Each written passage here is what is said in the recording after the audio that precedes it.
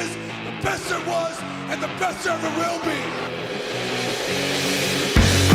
Are you ready? Ici Marc Blondin. Ici l'incroyable Handsome GM. It doesn't matter what your name is. Le Don Juan des pauvres, David. What you gonna do when Hulkamania destroys you? Self-proclaimed legend. What? L'homme au mollet d'acier. What? The Mullet Man, the Mulletator. Vintage depuis 1958. Would you please shut the hell up? Hey yo. Langue sale. Acknowledge me. Give me a hell yeah. Soyez-y, mesdames, messieurs, le podcast des fans du sport spectacle.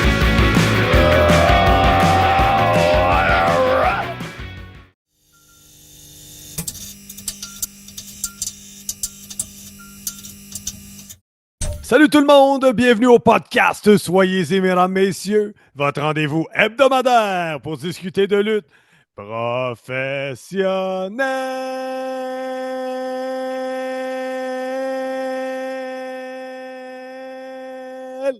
Wow! Ça, c'est du souffle. Mon nom est Handsome GF, en compagnie bien évidemment de Mr. Fun International, Top of the World, The Original, Vintage depuis 1958. Self-proclaimed legend, l'homme au mollet d'acier, the Mullet Man, the Mulletator, the Initiator, the Influencer. Et comme dirait Patrick Olivier Sicard, Qui est Patrick-Olivier Sicard? c'est le fils de mon dentiste qui est en train de finir mon patio dehors. Alors, vous allez peut-être entendre des toc-toc et des dzz. Après 10 ans, le patio va être finalement terminé, mais c'est pas lui qui disait ça. C'est Sylvain Grenier qui disait que tous les gros ont de gros mollets, j'ajoute à cette liste, sourds, aveugles, séniles, amnésiques. Amnésie, mesdames, messieurs. Hey Marc, on perd pas de temps là, parce que le podcast est très chargé aujourd'hui. Plusieurs sujets variés, mais passons tout de suite au segment le plus populaire des ondes. J'écoute. Écoutes-tu, Marc? J'écoute. Ben oui. J'écoute. Chronique mondaine. J'écoute. Les nouvelles du monde du catch. Écoute. Les potins savoureux. J'écoute. Les blagues pas drôles. Ah non, ça je n'écoute pas. Mais sais-tu quelle heure il est? Mais oui, c'est l'heure des nouvelles de Marc. Mais non, enfin oui, mais on dit les nouvelles à Blondin. J'écoute. Bon, on commence ça, Marc, très, très fort, parce que là, avant d'entrer en onde, tu m'as dit que tu es lendemain de veille. Oui, hier, c'était un souper de dernière minute avec Pierre Gauthier. Wow, l'incroyable Pierre Gauthier, il est de retour. Oui, on est allé souper suite à une suggestion du Viking qui attend ton appel. C'est vrai, il faut que je l'appelle, le Viking. Ça n'a pas d'allure. On est allé chez Neko à Laval. C'est sushi. Bon, on les salue, ils sont sûrement à l'écoute. Sûrement. Natacha, que je me disais, je l'ai-tu connu dans mon passé? Ben, je l'ai connu des Natacha. Bon, avec qui t'étais là au souper, en passant? Avec Pierre, son épouse, et mon épouse. Hey, ton épouse Jazz, on la salue. J'espère qu'elle est à l'écoute quand tu dis des affaires comme ça. Et c'est ça, c'est un apporté votre vin. On a pris la dégustation, là, c'était vraiment bon. Et moi, j'ai peut-être amené trop de saké. Puis j'étais tout seul à boire du saké, fait que j'ai pris une bouteille et demie de saké. Bravo, Marc. Et après, j'ai dit à Jazz, tu conduis. Puis j'étais à point, je ne sais pas combien. Et j'ai dit, tu m'amènes au Dairy Queen. Après le restaurant, chaud raide, t'étais allé au Dairy Queen. Ouais, j'étais allé me chercher un moyen Blizzard, double score. Wow! Puis ce matin, sur la balance, ça disait quoi? J'ai pas embarqué. Mais pas de hier, chance. j'étais à 195, mais j'ai passé 3 jours à l'Estrimont Oui, en on a vu ça mandat passer sur les d'animation. médias sociaux. Ouais, Ouais. ouais. Fait que, non, hier, j'ai couru, presque battu mon record hier matin. C'est toujours autour de 500 calories, une cinquantaine de minutes. Hier, j'ai fait 51 minutes. Fait que ça va bien, ça n'arrête pas. Je me suis entraîné là-bas aussi à l'Estrimont, un beau petit gym. Le lendemain, je ne pouvais pas parce qu'on avait une journée qui commençait très tôt, puis on a fini très tard la veille.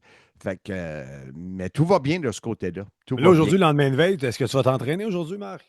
Sûrement. Je suis déjà habillé pour m'entraîner.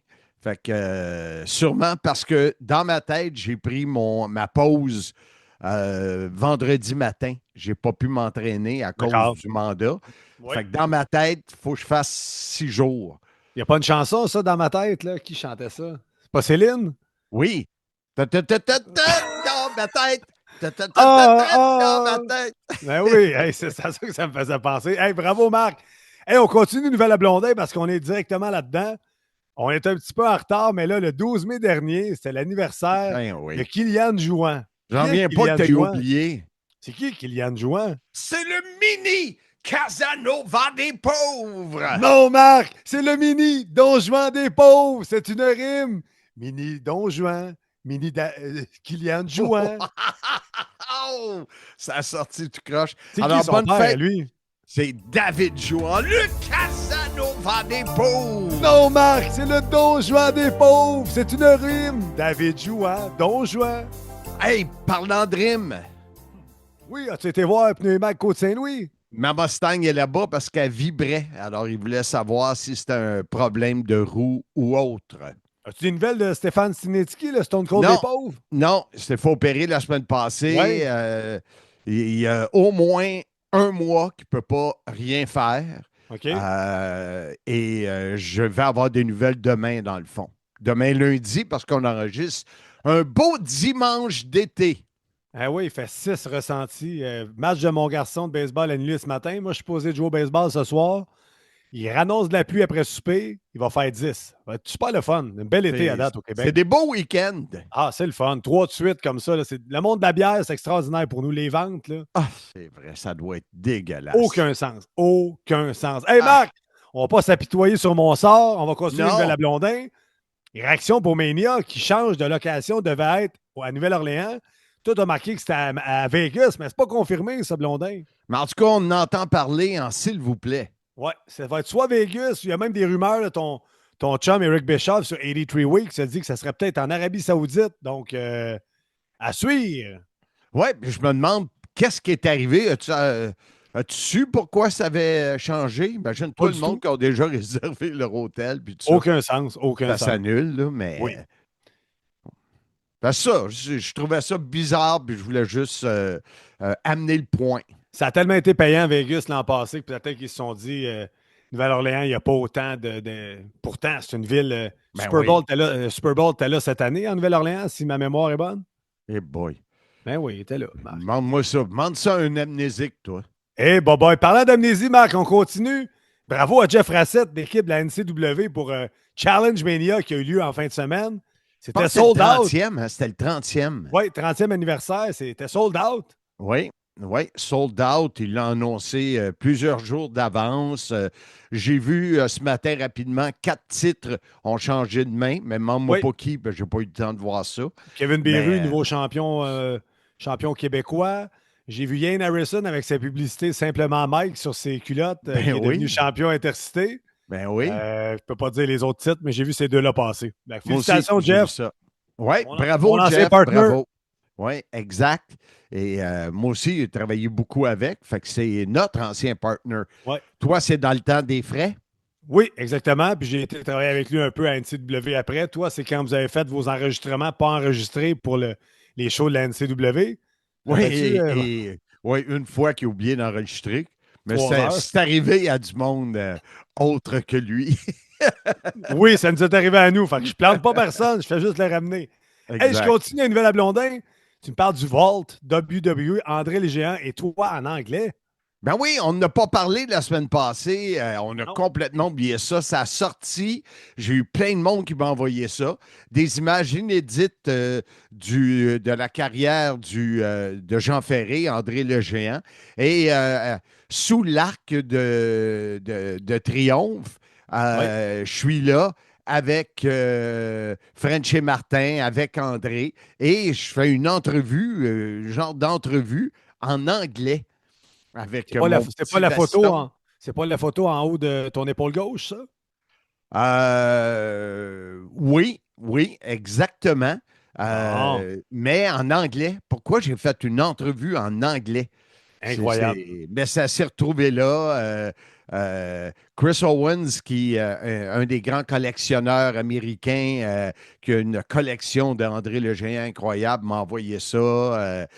Plein de monde qui ont vu ça. Alors, c'était le fun. C'était le fun de revoir des images de v'là presque 40 ans. Oui, incroyable. Hey, je continue, Marc, les nouvelles en vrac et les nouvelles à Blondin. Hors série, la suite est fin.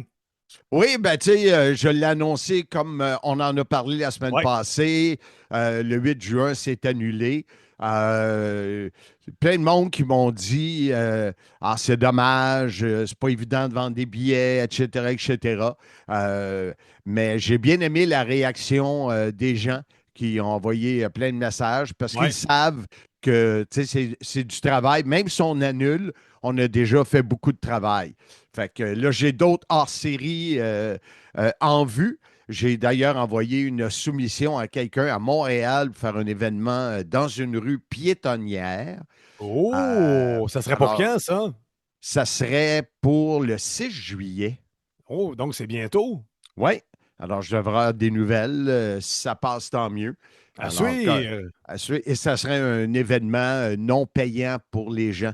Fait que pas de billets à vendre. C'est ça qui est le fun. Wow, intéressant, intéressant. Donc, on ferme la boucle. On boucle la boucle pour le hors-série à Saint-Jérôme. Mais là, il y a des bonnes nouvelles. 7 juin prochain, Saint-Hyacinthe, un break de cartes avec à la carte, bien sûr, et un quiz en soirée. Oui, j'ai jamais animé ça, un break de cartes. Je peux pas vous en parler, je sais pas c'est quoi, mais les gens échangent des cartes. Alors, j'ai bien hâte de voir ça. C'est moi, j'appelle ça le palais des congrès, mais c'est pas le palais, là, à Saint-Hyacinthe. Où on était là, au centre des congrès ensemble. Au centre des congrès, c'est ça, à Saint-Hyacinthe. Et toute l'équipe qui tournait les Simmania, Juan et toute l'école là, de Dracos, tout ça, seront là pour filmer l'événement. Wow. Ça va être le fun. Bien sûr, l'équipe dans la carte sera là. Je suis en train de préparer mon quiz. On avait prévu faire le quiz entre les périodes, mais là, j'ai vu qu'il n'y aura pas de game de hockey samedi. Alors, on est là-dessus, là, mais venez nous voir samedi prochain, le 7 juin. La veille de ma fête.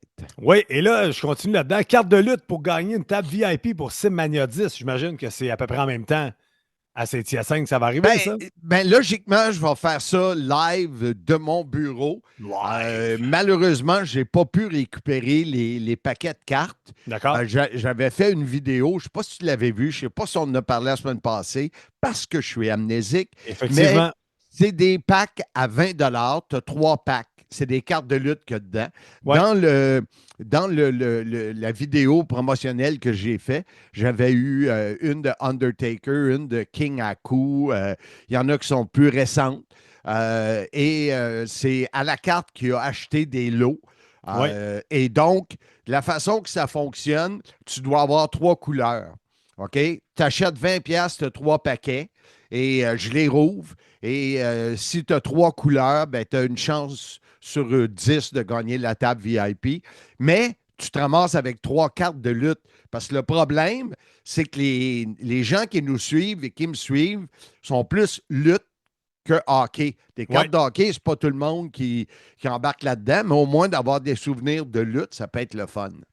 Ouais, très intéressant, très intéressant. Je continue, on est dans le sujet d'à la carte.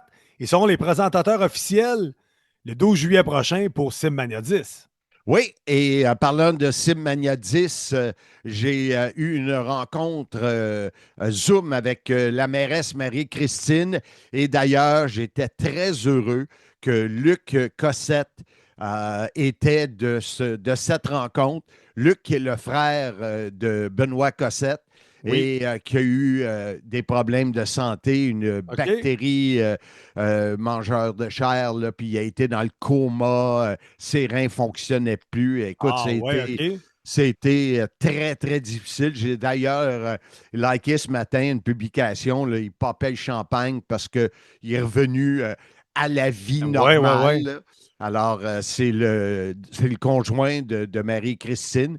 Marie-Hélène. Marie-Hélène, pardon. Et on a eu, justement, là, réglé plein de détails. Le plan est accepté. Les billets sont maintenant en vente. Il y en a déjà de vendus, c'est le fun, sur le point de vente. Et, tu as 2 types de billets, Marc, hein, cette année? 3. Admission générale, billet à 25 billet premium à 35 C'est quoi premium? C'est les premières rangées. Et les tables VIP. Oui. Alors, on est là-dessus. Là. Ton ami Martin Brissette m'écrit, il est rendu qu'il m'écrit souvent. Oui. Je l'ai vu vendredi. Là, je suis allé me faire un traitement. C'est le meilleur massothérapeute sportif au monde, Martin Brissette. Fait que, il est en train de regarder pour avoir peut-être une table. Oui, c'est ce qu'il m'a dit, exactement. Et Normand Césaré va fournir la nourriture. Ben, il va être un des deux qui va fournir la nourriture parce que l'an passé, les VIP étaient pas déçus, mais ils auraient aimé ça qu'il y ait de la bouffe sur place plus que le petit restaurant loin, pas dans la cour, là, mais tu sais, peut-être, je sais pas, à 100 pieds. J'ai parlé avec Normand. Je dois lui reparler en début de semaine. Il va nous faire des sandwichs gourmets italiennes. Ça a l'air que ça fait fureur. Et il va avoir une table directement sur la fausse patinoire. Alors, les gens vont pouvoir... Et il va y avoir un food truck également là, de bouffe comme toi et moi, on les aime, là, hot dog, burger, poutine. Ben oui, même genre là-dessus. Hey Marc, tu me dis fausse patinoire. Donc, il y a une patinoire au camping à Sainte-Madeleine, c'est ça? C'est pas au camping, c'est au parc des loisirs sur la rue Bernard, sous une immense structure. Exactement. C'est Et là pourquoi que je qu'on dit une immense structure? Ça veut dire que si on a une journée comme on a tous les week-ends à date du printemps, même s'il pleut, il n'y a pas d'eau qui va tomber sur le ring et sur les gens à cause de l'immense structure. Oui, exactement. C'est bon de le préciser. C'est pour ça que je t'ai amené là. Marc, on continue. 21 septembre prochain, c'est Simmania 11 en direct de Mirabel. Mais là, la salle à Val-Espoir, il arrive quoi avec ça? C'est réservé. Enfin. Je ne voulais pas en parler tant que ce n'était pas fait. Le contrat est signé. Alors, la très belle salle Val-Espoir. Alors, encore là, je vais parler avec Normand Césaré pour Normand Césaré! Oui, justement, il veut que je sois porte-parole pour une affaire de vélo, de policier, genre de tour de vélo. Là. Tu es capable d'embarquer sur un vélo, toi, Marc? Ben, je pourrais pas. Oui, je suis capable. Mais c'est le week-end que je pars pour l'Europe, imagine-toi. Fait que on verra, comme dirait ça. C'est un cochon, ça, tu savais, hein, Vera? C'est toi, tout est un vieux Vera, comme notre ami à TNA Wrestling, Georges Vera. Non, il n'a pas dit que c'était un vieux cochon. Non, il n'a pas dit. Mais c'est pas un vieux cochon, là. Le monde va penser que c'est un pédo, là. Ouais. Non, Georges Vera. Et notre big boss, Carlos Silva, qui a apparu à la télévision, ils l'ont présenté comme le président de TNA lorsque Trick Williams a battu Joe Hendry pour le titre. Mais je dis ça, parenthèse, on s'en était pas parlé. Non, mais il m'a même pas répondu, lui, à mon courriel, le président. Pas encore. J'ai envoyé un courriel, il y a 3 semaines, disait qui on était, tout ça. Lettre morte. T'as pas été voir dans tes courriers indésirables, peut-être, ça s'est ramassé Je là, regarde tous les jours dans tous les jours? Tous les jours dans mes courriers indésirables. Parfait. Hey, tout ce qui se retrouve là-dedans est indésirable. Bon, bravo, Marc. Hey, on continue dans TNA. On a notre chandail de Lane Hudson qu'on vend. On vend des participations pour le gagner. Signé, authentifié, certifié. Et là, on est rendu à 8 billets vendus de ta part. Moi, j'en ai 2 de vendus, mon chum Marc-André Lucide chez Molson. Donc, on est à 10. Donc, on a 10 de fait, puis on n'a pas poussé. Le Viking en a acheté 2. Marc Dubois en a acheté. Marc-Antoine Proux, d'ailleurs, les frères Proux. Je ne sais pas s'ils m'invitent, mais je vais super avec eux autres jeudi pour ma fête au Slapjack à... Pas une prise de lutte, ça? Au Slapjack. Oui, à Centropolis. C'est quoi la prise de lutte, le flat jack? C'est Jack Flat Barbecue, Marc. Ben, c'est ça, j'ai dit. Eh, boy, Ben, Flapjack. qu'est-ce que j'ai dit? T'as dit Flapjack qui est la prise de lutte, et non Jack Flat. T'as mal compris. Eh, Ben, on s'en va là et on devait aller prendre une bière au Boston Pizza. pour aller voir Big Mario Boyer. Coup de théâtre. Qu'est-ce qui se passe? Mario a été congédié. Non! Ouais. Ah, ouais, c'est bien plate, Ouais. ça. Aucune raison. Là, je peux en parler parce qu'il va l'annoncer lundi. Puis notre podcast va être plus tard en semaine. Mais ouais, c'est un des seuls Boston Pizza qui n'était pas franchisé. OK. Et ils ont décidé de l'offrir à quelqu'un qui va faire des tests là, voir si pas le char, là, des tests là. Et boy. Mais tout ça pour dire qu'ils veulent le donner, le vendre pour que quelqu'un le prenne à titre de franchisé, puis ils n'ont pas besoin d'un gars comme Mario. Fait que toi qui es dans le domaine si tu entends parler, là, quelqu'un qui a besoin d'un gars de bar plein d'idées, là, Ouais. Mario va être disponible. Parfait, on pourra s'en On a reparler. un tournoi de toc chez lui lundi, donc demain soir, à sa roulotte, avec son frère, avec le Viking, tout ça, un tournoi de toc pour... il nous fait des smash burgers pour essayer de le faire rire un peu. Puis, J'imagine, ça va lui faire du bien. Exactement. Bon, Et hey, je disais que le podcast va sortir, et là, je vous l'annonce, à partir de cette semaine, le 220. Le podcast sort le mercredi. Souvent, avec ton emploi du temps, je réussis des fois à faire des entrevues tard et pauvre David Jouan. Le Casanova des pauvres! Non, Marc, c'est le Don Juan des pauvres. C'est une rime. David Jouan, Don Juan.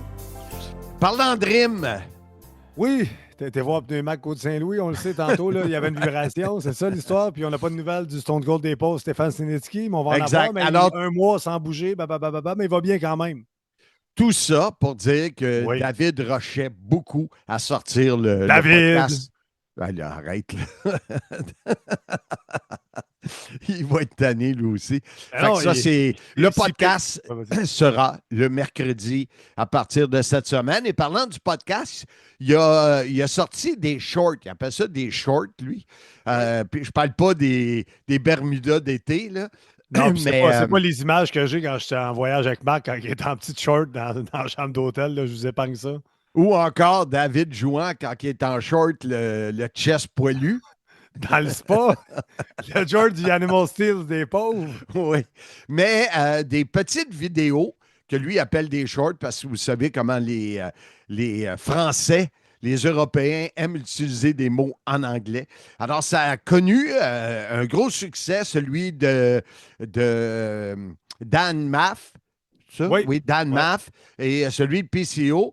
Beaucoup de vues parce que c'est court. Et les gens qui n'ont pas une heure et demie pour écouter un podcast, peuvent écouter au moins les entrevues. Et fait que ça, c'était le fun. C'est nouveau. L'évolution du podcast avec le chef d'orchestre David Jouan. Incroyable. Hey Marc, ça fait le tour des nouvelles à Blondin. Au Mais retour de la pause. Oui, vas-y. en terminant, écrivez-nous pour Oui. les billets à 10 parce que là, on a 10 on essaye de se rendre à 20 pour la semaine prochaine.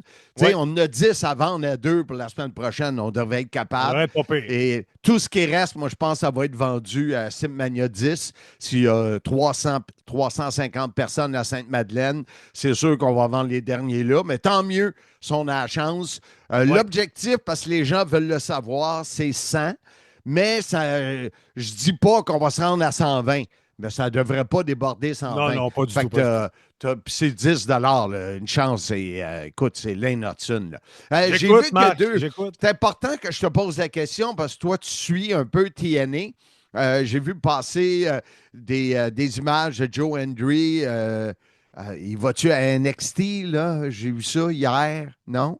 Mais il était à NXT quelques reprises. Il est allé perdre son titre NXT à Ouais. Battleground contre Rick Williams. Oui. Euh, Puis là, tu t'as as encore- vu qui affronte, qui a challengé Trick Williams? Ton adversaire, Mike Santana. Oui, j'ai vu ça, mais ça va. D'après moi, ça va se décider ce match-là à Slammiversary à New York. Mike Santana, qui est un gars du oui, Bronx. c'est J'en vrai. avais parlé à Wallinac. J'ai dit, Mike, tu t'enlignes pour ça? Ouais, il ne voulait pas trop parler, mais ben, c'était cool de voir Mike Santana qui est passé de avec Handsome Jeff à Wallinac avec Trick Williams à NXT. Donc, tu vois qu'Handsome Jeff, ça aide à faire des tremplins extraordinaires dans le monde de la lutte. Dernière question, c'est qui les deux anciens champions vedettes qui reviennent à TNA pour le 6 juin, je pense, là? Ouais, je sais pas. Il y a des rumeurs qui courent que ce serait peut-être les Motor City Machine Guns qui viendraient faire un ouais. match peut-être contre les Hardys ou un match contre les Ah. Nemeth ou Ah. ils disent multiples champions. Parlant des Nemeth, ils vont lancer première balle lors d'un match des Diamondbacks d'Arizona. T'as-tu vu ça? Ils l'ont lancé, c'était un match des Angels. Ah oui? Oui. Ben, OK, ben, pas- je t'approche. J'avais le mot lancer. Bon, et puis c'est fait. Tu penses qu'ils vont le faire, puis ils l'ont fait. Hey, tu fais dur, Blondin. Ben, je C'est sais. incroyable. Tu bois trop de Bon! saké. Hey, Oui. au retour de la pause, on tombe dans le vif du sujet qui est un épisode un peu millimélo bric-à-brac cette semaine, mais fort intéressante. On va avoir tout d'abord Mathieu Lavigne qui va nous parler du long métrage de PCO. PCO Justice, que moi, je n'ai même pas été invité à cette première-là. Toi, Marc? Ben, il n'y a plus personne qui t'invite, Ansem. Tu sais, ton 99% des chances que je vais être là, plus personne n'y croit. Je ne savais même Fait pas que, qu'il y avait toi, une là, première mondiale. Tu vas être. Ben, c'était PCO, il y a à peu près 3800 Oui, je publications. ne savais pas qu'il y avait une première mondiale. Tout Ben. ça pour dire que Mathieu Lavigne va nous parler du film de PCO. On a aussi Bertrand Hébert qui va nous parler de la carrière de Richard le Magnifique Charland. Est-ce Ça que va tu être- l'as contacté?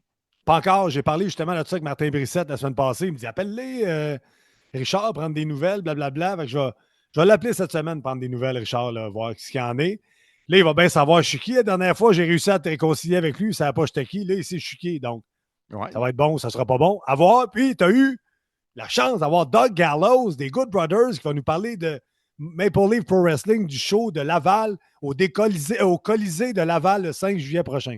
Exact. Fait que 3 invités, 3 entrevues intéressantes. Oui. Et dernière nouvelle, je vais recevoir ma botte de Rick Martel cette semaine, mardi matin, 10h, qui viennent me la livrer.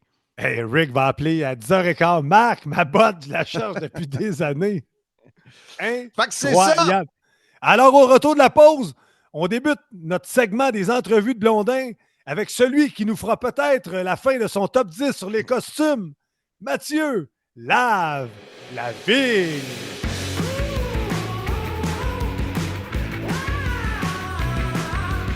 Notre invité sur le Sim cette semaine, mesdames, messieurs, Mathieu Lavigne, qui porte fièrement son chandail des Rois de l'Arène. Comment ça va, jeune homme?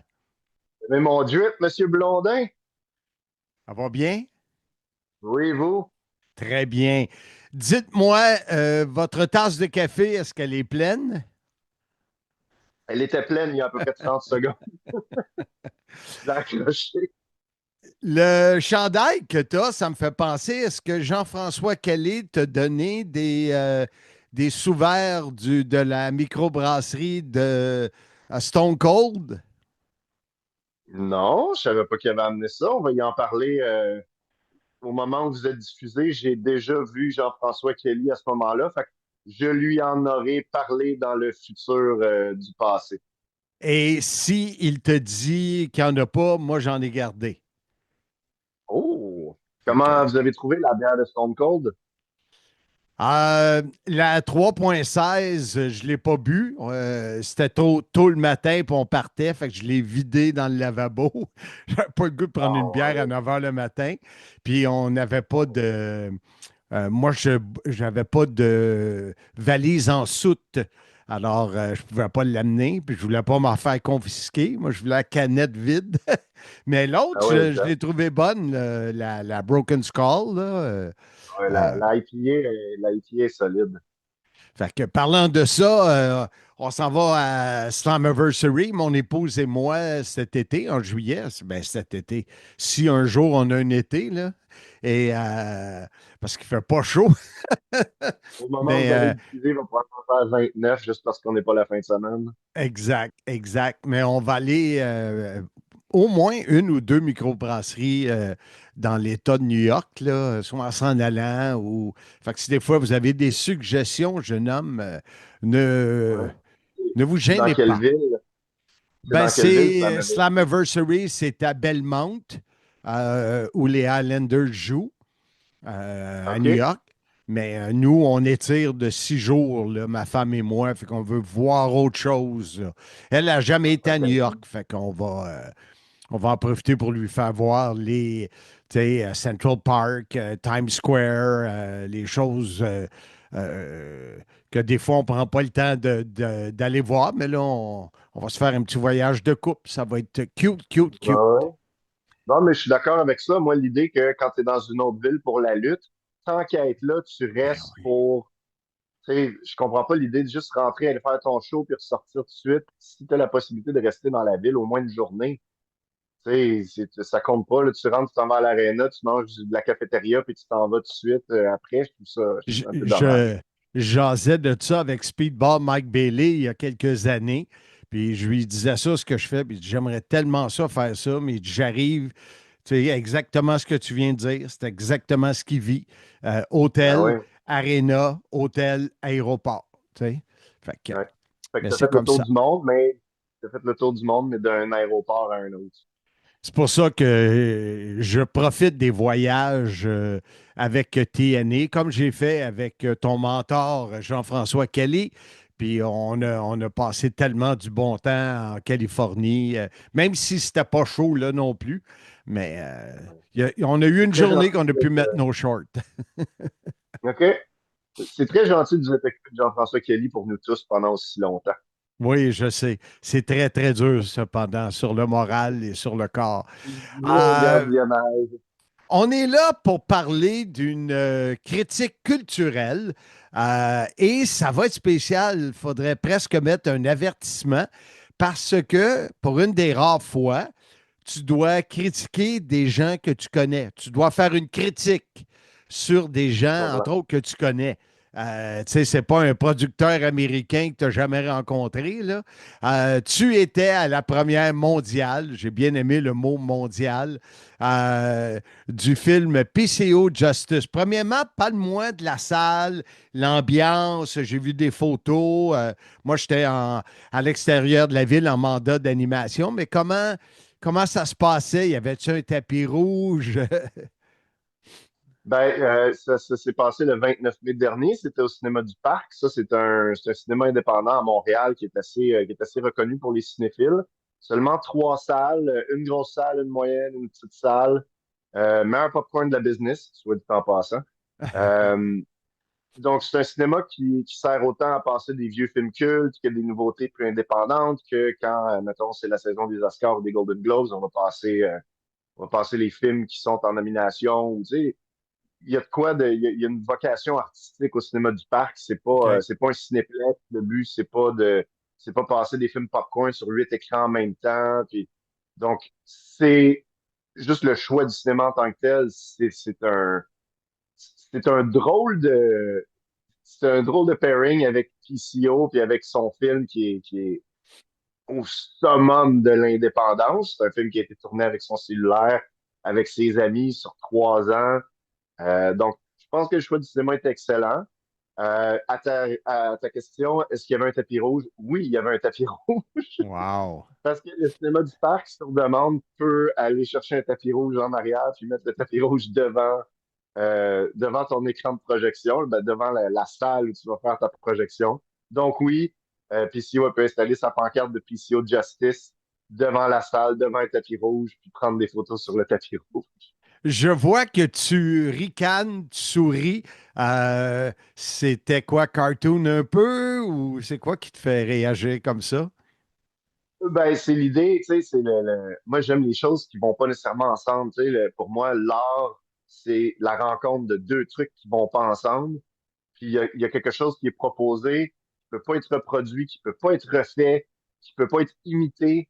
Puis dans le cas du film de PCO, qui est présenté en première mondiale au cinéma du Parc, devant une salle pratiquement pleine, pour moi, tu sais, on atteint une espèce de paroxysme de l'art. Tu sais, il y a autant, il y avait comme l'espèce de fierté de PCO qui présente son film pour de vrai. Encore une fois, qui va dire non à PCO? S'il dit qu'il va présenter son film en première mondiale au cinéma, sur le coup, on se dit, ben oui, c'est ça. Tu vas présenter le film que tu as présenté sur Facebook pendant la pandémie, ça va te présenter au cinéma. Ben oui. Fait que Chris, il l'a fait. Il l'a fait. Il a eu sa soirée, il a eu sa première. Ça s'est super bien passé. C'était très, très, très agréable comme ambiance. Les gens prenaient des photos avec PCO, avec la ceinture de champion international. Ils ont fait faire une pancarte par intelligence artificielle pour faire une espèce de poster du film. Les gens étaient là, ils avaient accès à PCO, ils avaient accès.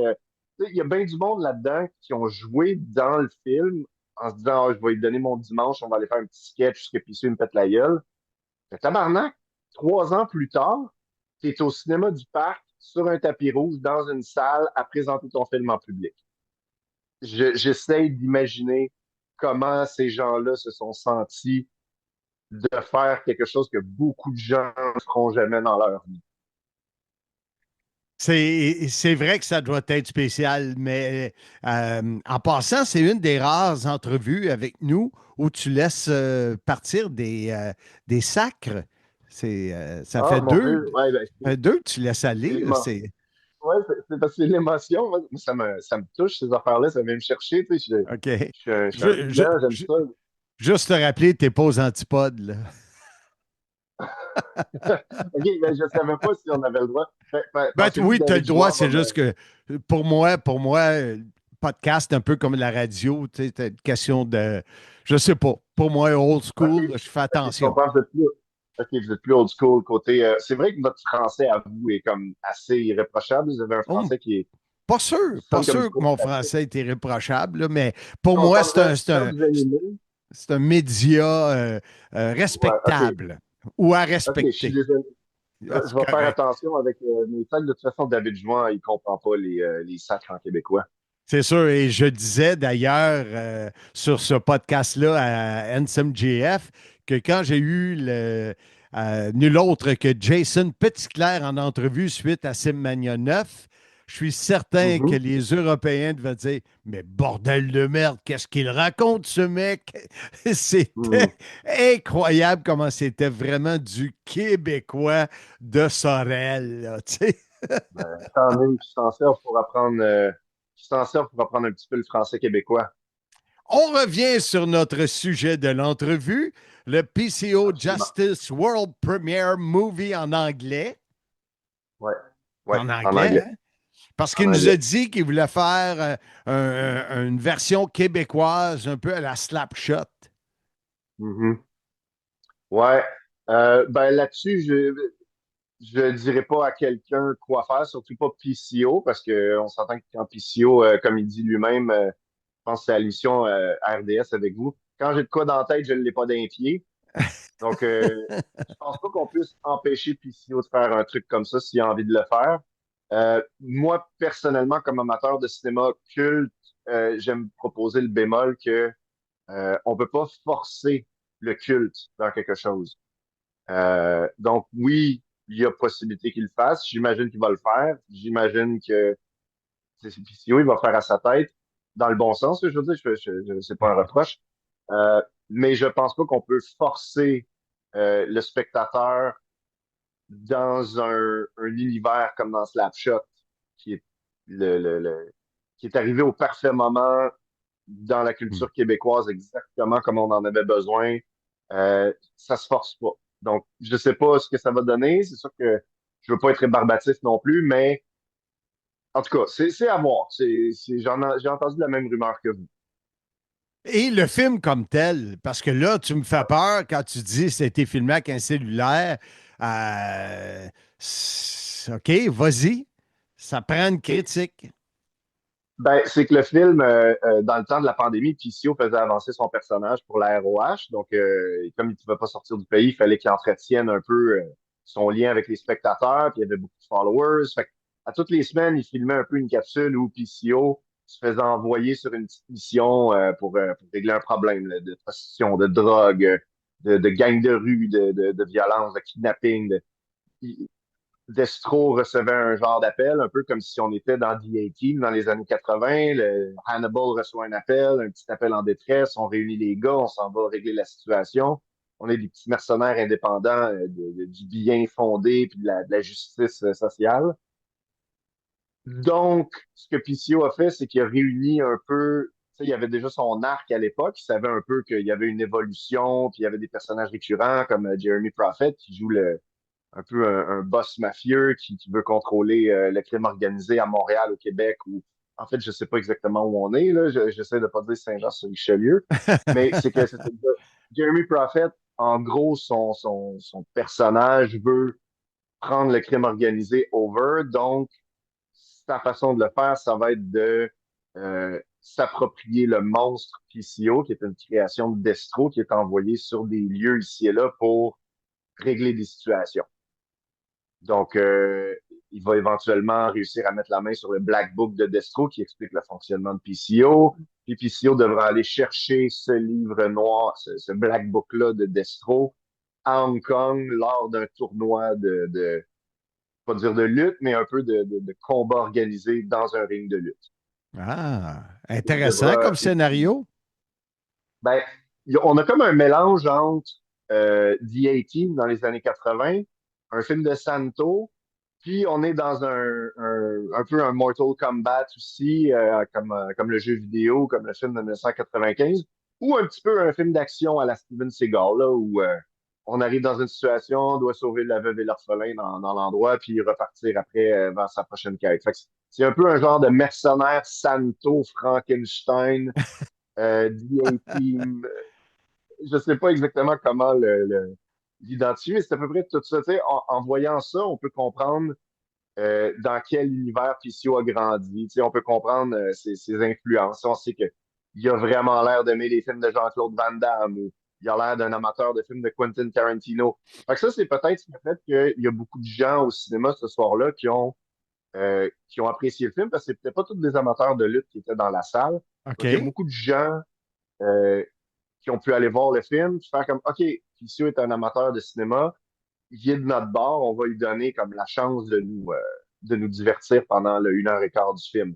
Fait que ça, j'ai bien aimé. Il y avait un public qui était quand même assez bigarré, puis qui était comme réceptif à le recevoir. Puis comme PCO était dans la salle, puis qu'il y a eu l'effet Première mondiale, euh, tu sais, on permettait à l'indépendance du film d'exister. Tu sais, on permettait que le film soit un peu un collage uniformisé de tous ces sketchs sur Internet, puis dire, c'est beau, on n'a aucune idée de dans quoi on s'embarque, mais on l'accepte, on le reçoit, puis on va essayer de l'apprécier à sa juste valeur. Dans les prochains Oscars, dans quelle catégorie va se retrouver ce film-là s'il est mis en nomination? Ouais. Oh, Ou je pourrais probablement. dire Rotten Tomatoes? Ouais. Moi, je lui donnerais un Oscar pour la meilleure scène de presque baiser qui n'est pas arrivée. Ah, OK. Ouais. On Il y a pourrait un petit l'appeler moment dans la il y a un petit catégorie moment des où coïts interrompus. ouais, c'est pas un coït, baiser pas dans le sens de coït, mais plus dans le sens de Tibet. Il y a un petit moment là où PC aurait pu avoir un petit peu d'action si ça arrive pas. Puis ce moment-là est le moment qui a le plus fait réagir la salle. C'était assez mémorable. J'avais vu le film avant. Tu sais, on Ah s'entend que c'est un oui? moment de l'attention. Ouais, ben, le film a été uniformisé par Danny Foster. Fait que, il a fait une petite projection privée avant pour être sûr que tu sais, moi puis Simon Lacroix, on était là. Puis on était là juste pour s'assurer qu'il n'y avait pas comme un frame noir ou un problème sonore que, tu sais, quand tu vois un film trop souvent, tu as Oui, tendance à complètement l'oublier, ton ego est rendu impliqué dedans, fait que exact. tu le vois plus à l'extérieur. Fait que, il nous l'a montré à moi puis Simon pour être sûr que tout était correct, que tout était uniformisé, qu'il y avait pas que nous, on allait remarquer au premier visionnement que lui était peut-être, qu'il allait plus remarquer parce qu'il avait trop vu. Exact. Donc, qu'est-ce que je disais avec ça? Oui, donc je donnerais un Oscar pour ça. Pour ce qui est du Rotten Tomato, euh, il faut, il faut être dans le bon mood pour regarder ce film-là. Ça dure 1 heure et quart. Euh, je pense que de l'avoir vu en salle devant le public, je l'ai redécouvert parce que je l'ai pas vécu de la même façon que quand je l'avais regardé en mode trouver des problèmes potentiels Ouais, ouais. d'image. Dans une salle, c'était parfait. Donc, si les gens sont capables éventuellement de voir une projection privée ou une projection devant quelques spectateurs, je ne sais pas comment PCO va arranger ça, mais je pense que PCO est capable de faire ça. Euh, c'est la façon que je vous recommanderais de le voir parce que si éventuellement c'est un film qui se retrouve sur YouTube, sur Fight TV, sur AEW TV, sur Tubi, peu importe la plateforme, il va falloir être dans un mood spécial pour voir un film. Euh, Surtout si les gens qui vont le voir sont pas habitués à regarder des films où on s'aperçoit de la mécanique du dispositif du cinéma en arrière du film. Tu sais, exemple, quand on regarde Star Wars ou un film de Marvel, on se rend pas compte des fois qu'on regarde un film parce on est totalement englobé dans l'histoire. Exact. Il y a 40 personnes qui sont passées en arrière pour faire la correction sonore. Il y a 100, 150, 200 artistes VFX qui ont travaillé sur l'ombre d'un monstre qui passe en arrière. Il y a une musique orchestrale tout le long du film qui a été faite juste pour le film, la campagne marketing. Tandis que là, on a affaire à un film qui a été fait avec un cellulaire.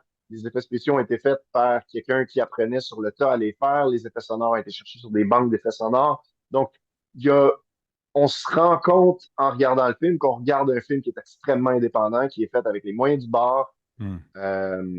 Donc, si ça prend un mood spécial, euh, puis pour beaucoup de gens, je pense que ça va être leur première expérience avec un film qui a été fait avec absolument zéro budget, qui a été fait en apprenant, en le faisant, et qui était probablement pas supposé de faire un film dès le départ. Donc, c'est Et, peut-être mon petit bémol. Essayez de le regarder dans une salle ou dans un environnement où vous allez pouvoir en rire, vous allez pouvoir avoir du fun, vous allez pouvoir reconnaître des gens potentiellement, ou si PCO est dans la salle, c'est encore mieux parce que son enthousiasme est complètement contagieux. Puis après le film, il a fait un petit Q&A.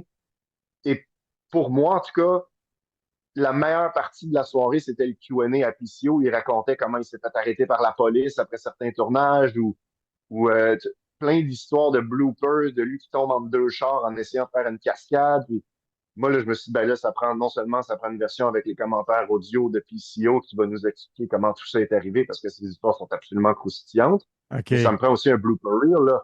Voir les coups de poing qui ont accidentellement landé, voir quelqu'un qui s'est blessé pendant le tournage, voir probablement PCO qui s'est blessé pendant le tournage, voir la police arriver sur le set pendant qu'on finit de tourner une Ben prise. oui, Moi, je veux ben voir ces oui. moments-là maintenant parce que Ben ça oui, en ben rajoute. oui. Puis pour moi, ça fait partie de l'art. Tu sais, quand je parle d'art qui est impossible à reproduire, à imiter, j'essaie d'imaginer PCO qui essaie de faire sa petite cascade sur un petit terrain privé. La police qui arrive, comment, yo, dude, tu peux pas faire ça, là. Puis de voir PCO se sortir de cette situation-là, pour moi, ça fait partie de l'aura de PCO, de ce qu'il représente. Puis, tu sais, le personnage de PCO, le personnage de Destro, c'est un espèce de Satanas puis un Diabolo dans les Wacky Races où tout est un peu weird, tout est un peu bancal, tout est un peu brouillon.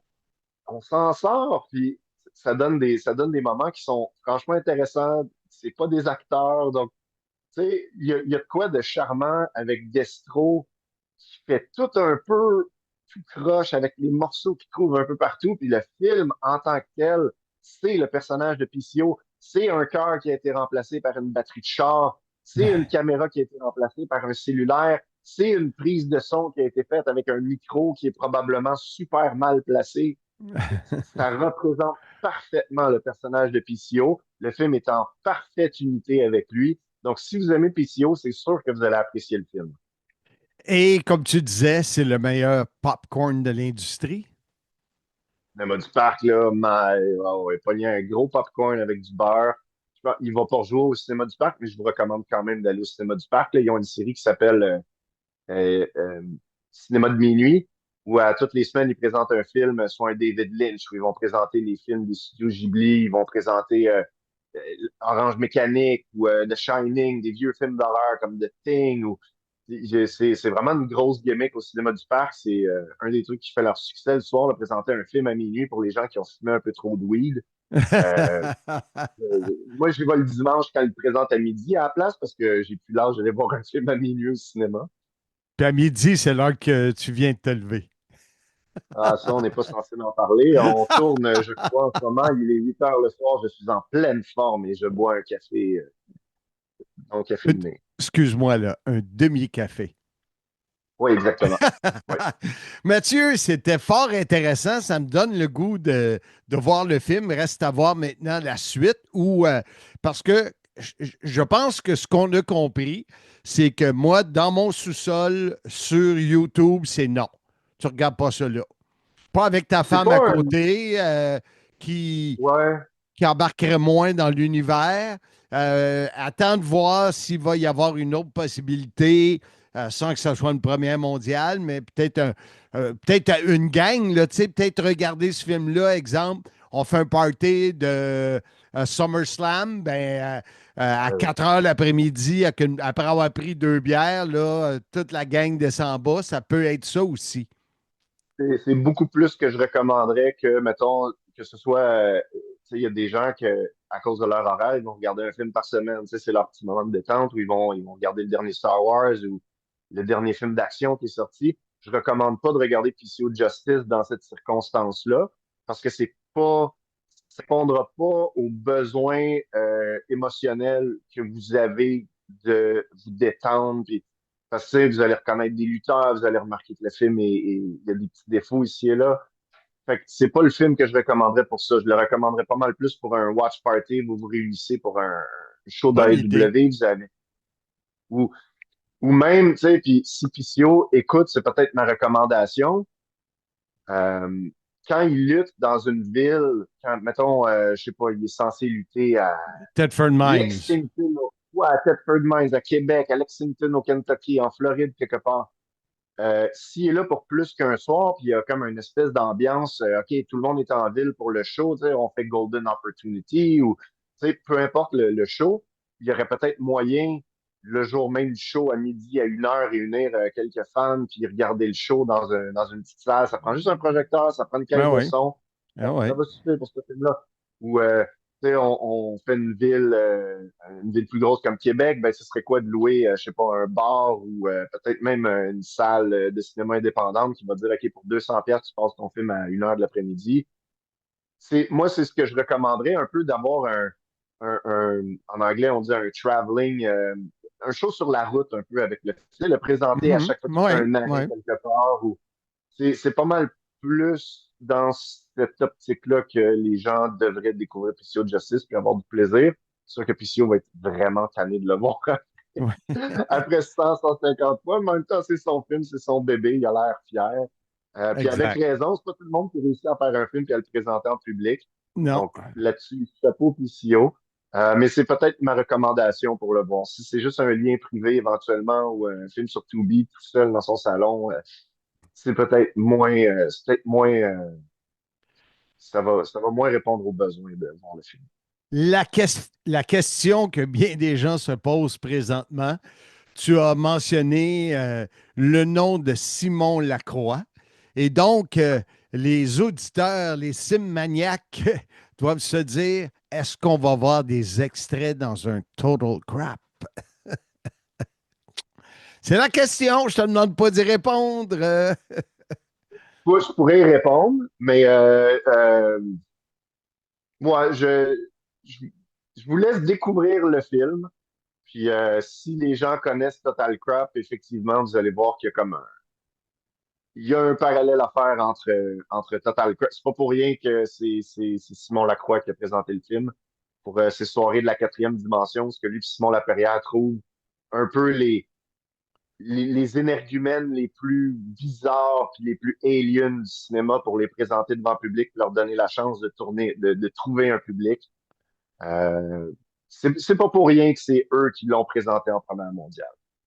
On pourrait dire, comme le fait si bien Handsome JF, à suivre. Ça suit. Monsieur Lavigne, un gros merci, toujours très divertissant. Et je sais on est supposé d'avoir un rendez-vous futur sur. Là, j'ai le mot télé-réalité, mais c'est pas ça. Sur les films de lutte là, qui sont des. Ouais, qu'on puisse Je t'am- regarder quelques documentaires un peu champ gauche. Là, Documentaire. Tu le sais, je comme dirait t'amnésique. Jean-François Kelly, comme dirait un certain Jean-François Kelly, un reportage. Ouais. Lui appelle ça des reportages, c'est très drôle. Mais oui, OK, quelques Mathieu, documentaires sans gauche pour vos auditeurs, ça pourrait être intéressant. on s'en reparle et puis merci d'avoir pris le temps de nous.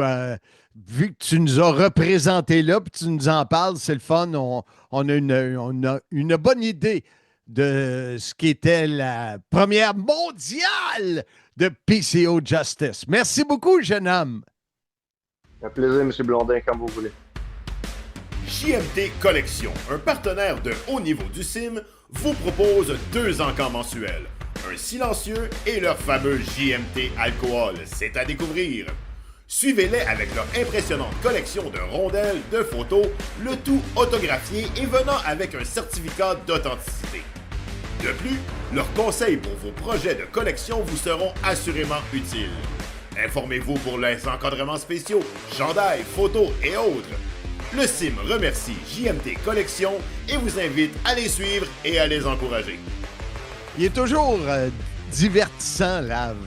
Ouais. Fait que j'espère que je vais avoir la chance de le voir, ce film-là, PCO Aussi. Justice.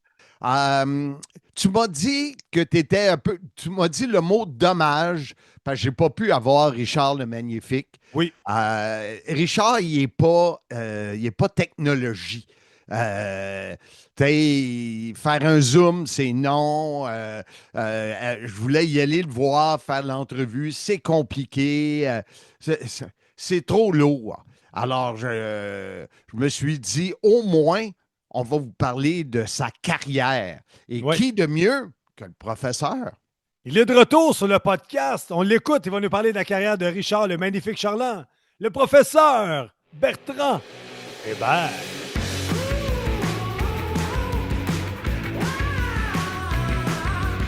On retrouve le professeur Bertrand Hébert, futur maire de Beauharnois. Comment vas-tu? Ça va bien, ça va bien. Je pense que je vais prendre ma retraite avant de prendre des rôles politiques, par contre. Je suis pas sûr que Je te pourrais verrais, avoir moi. la pression. Je te verrais en politique. Il n'y aura pas de bullshit. Puis ça avancerait les dossiers, je pense. Ah, c'est sûr que je niaiserais pas avec ça. Non. On n'est pas là pour parler de politique. On est là pour parler de magnifique. Oh, il y a un rime, là. Oui, magnifique. Richard, le magnifique Charland. Personnalité, c'est une personne qui aujourd'hui a 68 ans. Donc, les jeunes ne le connaissent pas, malgré que le nom peut sonner des souvenirs à leurs parents. Mais tu vas nous donner un peu de détails sur ce personnage qui a été mon partenaire, avec qui j'ai été en brouille pendant presque 30 ans. C'est qui Richard le Magnifique pour le professeur? Ben, Richard le Magnifique Charland, comme tu l'as mentionné, ben, il est né en 1956. Dans les années 70, sous les conseils de Maurice Vachon, va se lancer dans une carrière de lutteur, puis il va faire ses débuts avec la lutte Grand Prix. Mais là, il est tout jeune et par conséquent, donc, va aussi voyager puis se promener un petit peu. Là, il y a plein de choses que nous, quand on a écrit à la semaine prochaine, si Dieu le veut, on n'a pas pu creuser avec le Magnifique parce que, bon, toi, tu étais en brouille, mais il était en brouille avec tout le monde de la lutte en général. Il ne voulait pas parler de lutte, il ne voulait pas entendre parler de lutte, il ne voulait pas discuter de sa carrière de lutte.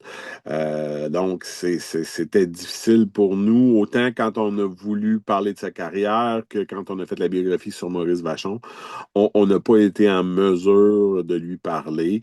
Même quand Paul Vachon avait fait une introduction et avait demandé est-ce que Richard nous parle de Maurice puis de comment Maurice l'avait amené ramenait à la lutte pour la biographie sur Maurice. Ça avait pas fonctionné. Puis OK. s'il aurait su l'impossible l'été dernier, il aurait amené Richard dans les girons du monde de la lutte et tranquillement, pas vite, les choses ont fait. Donc, c'est intéressant de, toi, pouvoir lui parler, nous, ultimement aussi, de pouvoir lui parler. Il y a plein de noms intéressants, là. Il a été Marler Malone. Entre ouais. autres, comme faire valoir à la WWF et ailleurs dans l'État de New York. Il a été pour le Chic à Détroit, il s'appelait Garth Vader.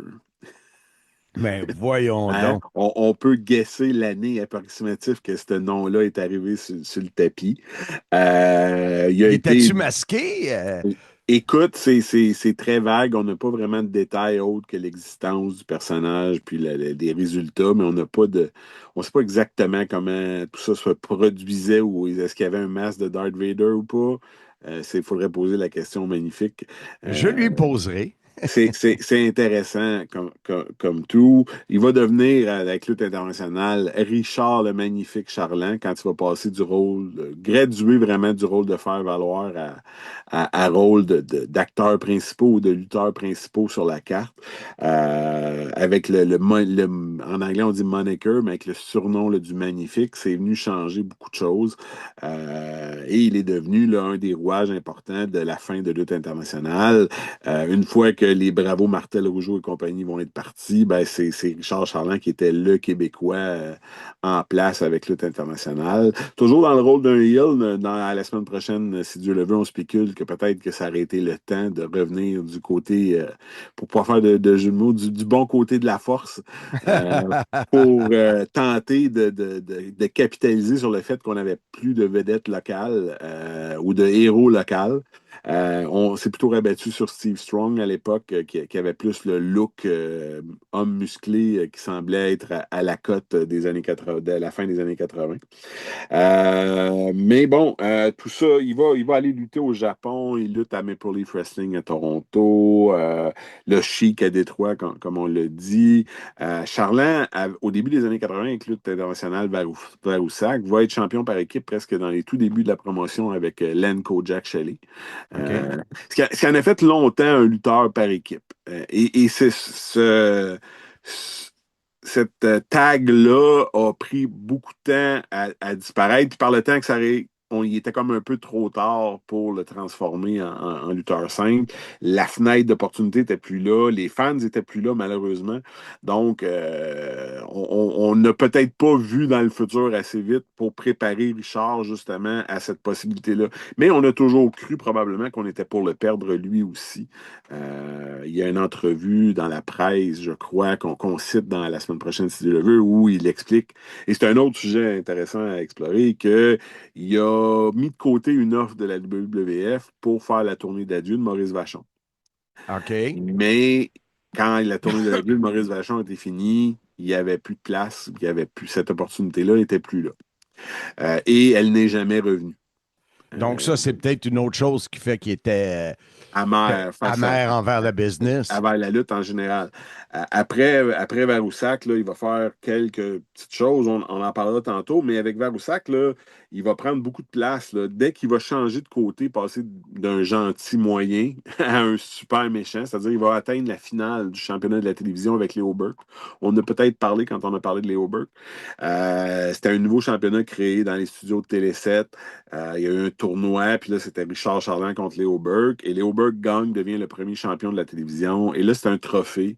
Et Richard va prendre le trophée et le briser sur la tête de Léo Burke et devenir un méchant. C'est des images fracassantes que je peux encore m'imaginer aujourd'hui, qu'il l'a transformé de lutteur parmi tant d'autres à un joueur d'importance dans la compagnie. Ah, ouais. C'est sûrement, pour moi, le moment le plus classique et le plus Richard, le magnifique Charland. Il va vivre là-dessus par la suite. C'était tellement ignoble ce qu'il avait fait à Léo Burke. Et on peut donner probablement une partie du crédit au Booker qui était Léo Burke, d'avoir vu dans Richard Charland ce tournant-là. Là. Et bon, de là, il va être en équipe, pas avec n'importe qui, il va être le partenaire de King Tonga. OK. Ils vont être champions par équipe. Il va être aux premières loges quand King Tonga va devenir un babyface, puis il va changer de côté à son tour. Mais il va toujours rester du côté des méchants. Il va faire équipe ensuite avec Sheik Ali, qui était en fait un gars des Maritimes, Steven Petitpas. Ils vont être champions par équipe. Puis, il va être aussi champion avec Chuck Sims. Ils vont être les derniers champions par équipe de lutte internationale. Ils vont avoir des rivalités avec Dan Crawford puis Armand Rougeau. Ils vont avoir des bons combats. J'ai juste des bons souvenirs. C'était quelqu'un qui était divertissant avec son personnage. Il se mettait des plumes, toutes sortes de choses pour se mettre attirer l'attention puis faire crier les gens. Mais C'est un vilain qu'on aimait haïr jusqu'à un certain point. Fait que c'est pour ça que j'ai toujours cru que si on aurait vu dans l'avenir, on y aurait été le temps en 85, début 86, de dire OK, on met nos œufs dans le panier Richard Charland, on l'amène du bon côté avant de perdre tout le monde pour avoir quelqu'un pour prendre la relève. On peut toujours, c'est comme un bon film ou une bonne série, on peut spéculer sur qu'est-ce qui aurait pu être autant qu'on veut, mais je pense que son personnage avait établi tellement de crédibilité qu'il y avait un excellent positionnement pour pouvoir aller plus loin peut-être si on aurait pensé à cette avenue-là. parce que côté physique, Richard est pas très grand, mais il est massif. Il est massif. Ouais. Ah, puis encore, là, quand je l'ai vu à Verdun, à Slam Anniversary, là, il a pas. Il est aussi massif qu'il a toujours donné l'impression d'être. Oui, c'est pas un géant, mais il est large d'épaule. Monsieur. Il y a du coffre. Il a du coffre. Il n'a plus 30 ans, il a toujours du coffre. Donc, non, c'est quelqu'un qui était crédible aussi dans le rôle qu'on lui avait donné. Il avait gagné des championnats.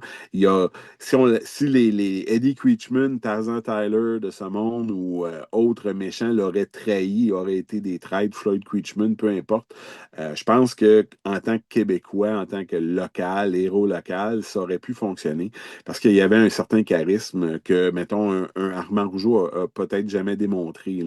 Un naturel pour être divertissant. Et Dieu seul sait qu'à la fin des années 80, on se dirigeait beaucoup vers... Ça prenait du divertissement au travers de notre lutte pour que ce soit un succès.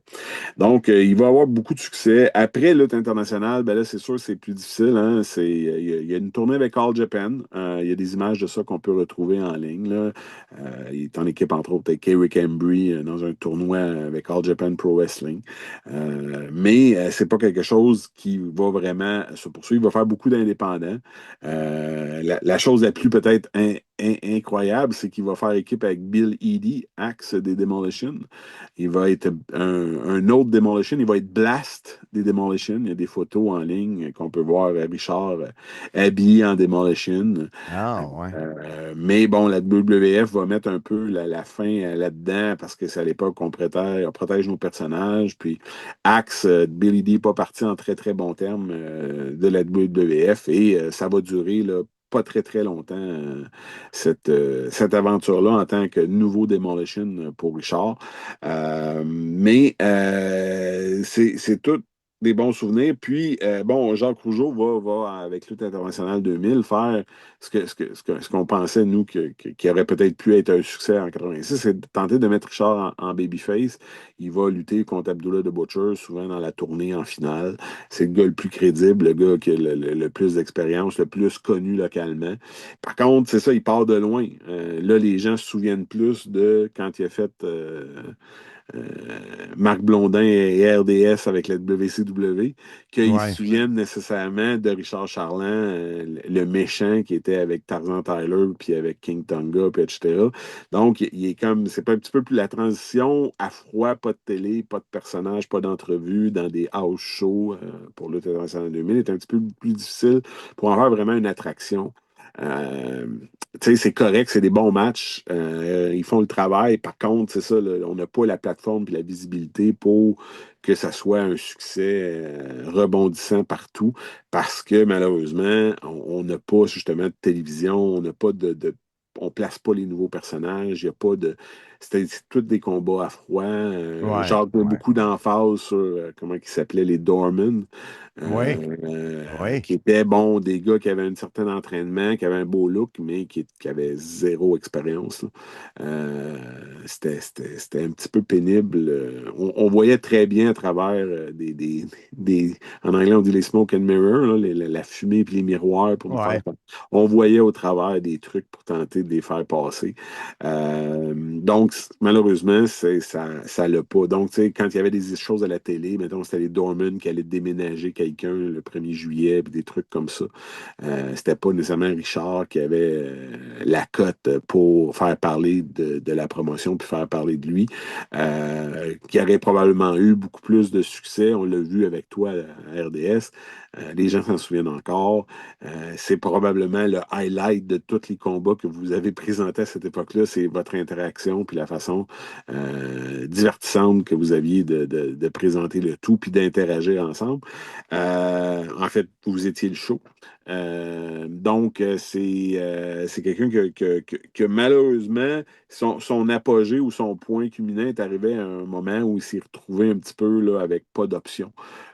Moi, du moins, c'est comme ça que j'analyse à distance. Encore une fois, c'est quelque chose qu'on n'a pas pu vraiment discuter avec lui. Approfondir, ouais. Tu sais, qu'est-ce qui se passe après All Japan? Pourquoi on ne retourne pas à All Japan? Est-ce qu'il y a des offres ou des opportunités pour la WCW? Porto Rico, c'est pas une option. Puis bon, c'est sûr, là, on rêve toujours à la WWF. Il va remplacer souvent dans des house shows, soit à Montréal ou sur la route au Québec ou en Ontario, quand il manquait quelqu'un. Mais il va jamais avoir l'opportunité là, d'aller plus loin, puis de vraiment décoller, puis d'avoir une opportunité d'un personnage, puis un look à la télé. Puis tout ça arrive jamais, malheureusement, pour lui. Là.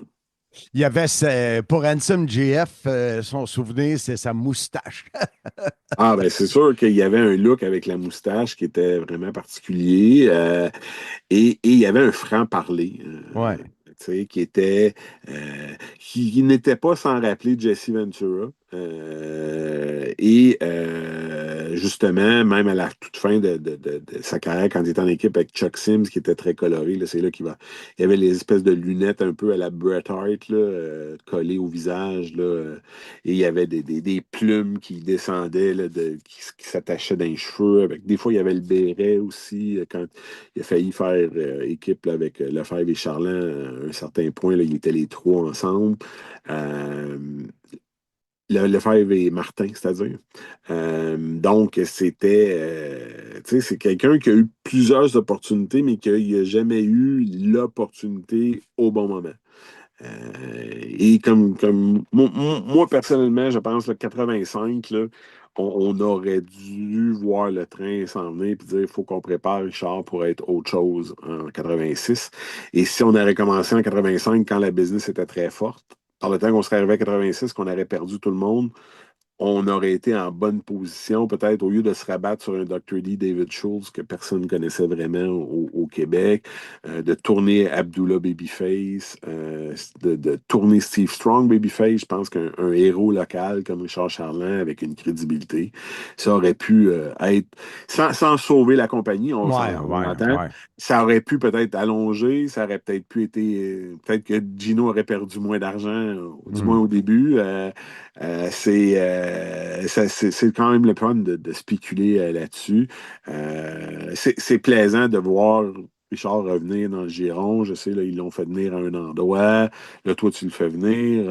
Espérons qu'il y en a d'autres qui auront l'idée de le faire venir et de faire des petites choses ici et là.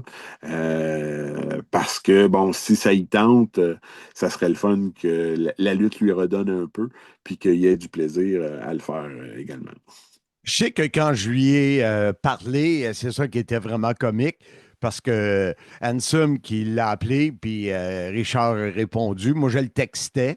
Je ne voulais pas me faire accrocher à la ligne au nez.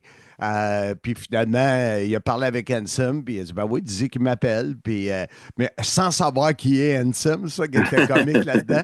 Ansem, il aime prendre le gros crédit, mais Richard n'avait aucune idée c'était qui. Puis il m'a déjà dit que quand, je pense que c'est dans le bout de Saint-Jean là, qu'il a fait ou la Prairie, je ne sais pas trop quoi. Ouais, qu'il a ben, c'est fait pas loin de Saint-Jean, là, c'est la FML, je pense. C'est ça, et puis je pense que ça l'a fait exploser la flamme en lui qui dormait depuis un bout de temps. Puis il y a beaucoup de gens qui me parlent d'un comeback à la Richard Charland. T'as-tu déjà. Ça te dit-tu quelque chose? Non, ça me dit rien. Dans le dernier mois, il y a au moins 3 personnes, ben beaucoup, 3 personnes qui m'ont dit un comeback à la Richard Charland. Probablement que dans ces combats. Probable. Écoute, il faudrait que je regarde des combats pour voir ça, parce que comme il était heel, principalement, quand moi je me souviens de lui, ses comebacks n'étaient pas nécessairement le moment principal du match, vraiment. Oui. Mais effectivement, j'imagine que c'est quelqu'un tu vois la passion, là, tu le dis toi-même là, le gars s'est sorti de la lutte, mais la lutte n'est jamais sortie du gars. Là. C'est ça. C'est souvent le cas, souvent quand les gens sont amers ou tannés ou choqués ou déçus, ben, ils s'isolent du monde de la lutte, parce que si tu restes pas isolé du monde de la lutte, c'est facile de ranimer la flamme. Donc, c'est ça. C'est quelqu'un que malheureusement, son timing a jamais été bon. Dans les années 70, il était encore très jeune, inexpérimenté. Dans les années 80, quand il a finalement eu son break, ça allait bien. Il était cantonné dans un rôle bien précis de heel, ce qui était excellent, parce qu'avec les Rougeau, Martel, Bravo, l'autre bord, il n'y a pas vraiment de place. Non. Mais ce tournant-là où on a perdu tout le monde versus lui, il est toujours là, si on avait pu voir venir le train, les choses auraient pu être légèrement différentes. Ça leur aurait peut-être donné un rôle à Richard qui lui aurait permis peut-être d'avoir une opportunité à la WWE, parce que c'est sûr que s'il aurait continué à transporter sur ses épaules la télévision puis la compagnie, même 6 mois, ça aurait été déjà impressionnant, puis quelque chose qui aurait pu donner des idées de l'autre côté. Là. It is what it is. Il n'est pas le seul dans cette situation-là à la fin des années 80, qui se sont retrouvés un petit peu plus de territoire, plus d'options, pas de contrat WWF. Il doit en avoir, oui. Donc, malheureusement, on se retrouvait souvent avec pas d'opportunités où on peut vraiment faire gagner notre vie à temps plein dans le monde de la lutte.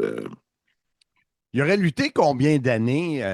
Toi, tu dis, il a commencé, il était jeune. Ben, on était s'il a commencé dans les années Grand Prix, c'est autour de 72. De là, il a lutté probablement jusque dans les années 90. Là, je pense dans les derniers matchs d'importance, là, il était dans le match, il était dans le gala avec Hulk Hogan puis Jacques Rougeau. Là. Je pense qu'il était premier combat. Donc, au deuxième combat, il me semble qu'il était en équipe avec quelqu'un contre les prisonniers. Là. Le nom de son partenaire m'échappe. C'était peut-être Nelson Veilleux d'ailleurs, l'ancien partenaire de PCO. Mais probablement, donc, on parle d'une carrière de tout près de 30 ans, sûrement, là, parce qu'il y a sûrement peut-être quelques combats au début des années 2000. Donc, c'est une belle carrière. Par contre, c'est ça. Malheureusement, le timing du moment où son break aurait pu arriver a fait que les opportunités dans le monde de la lutte étaient très, très petites pour gagner sa vie, du moins. En tout cas, je sais que le temps qu'on a travaillé ensemble à RDS a été mémorable. D'ailleurs, on en parle dans ton livre. Oui. Pour les gens qui ne l'ont pas encore. Oui, il en reste quelques copies. Hâtez-vous. Parlant de ça, je suis allé prendre un verre avec des fans de lutte, 2 frères, les frères Gros. Ils m'ont acheté chacun un livre, puis on a passé une soirée à. Tu sais, 2 gars que tu connais pas, puis tu dis, OK, je vais y aller. Ça a donné comme ça. On est allé passer une pizza, puis on a parlé de toi, on a parlé de. Tu sais, beaucoup.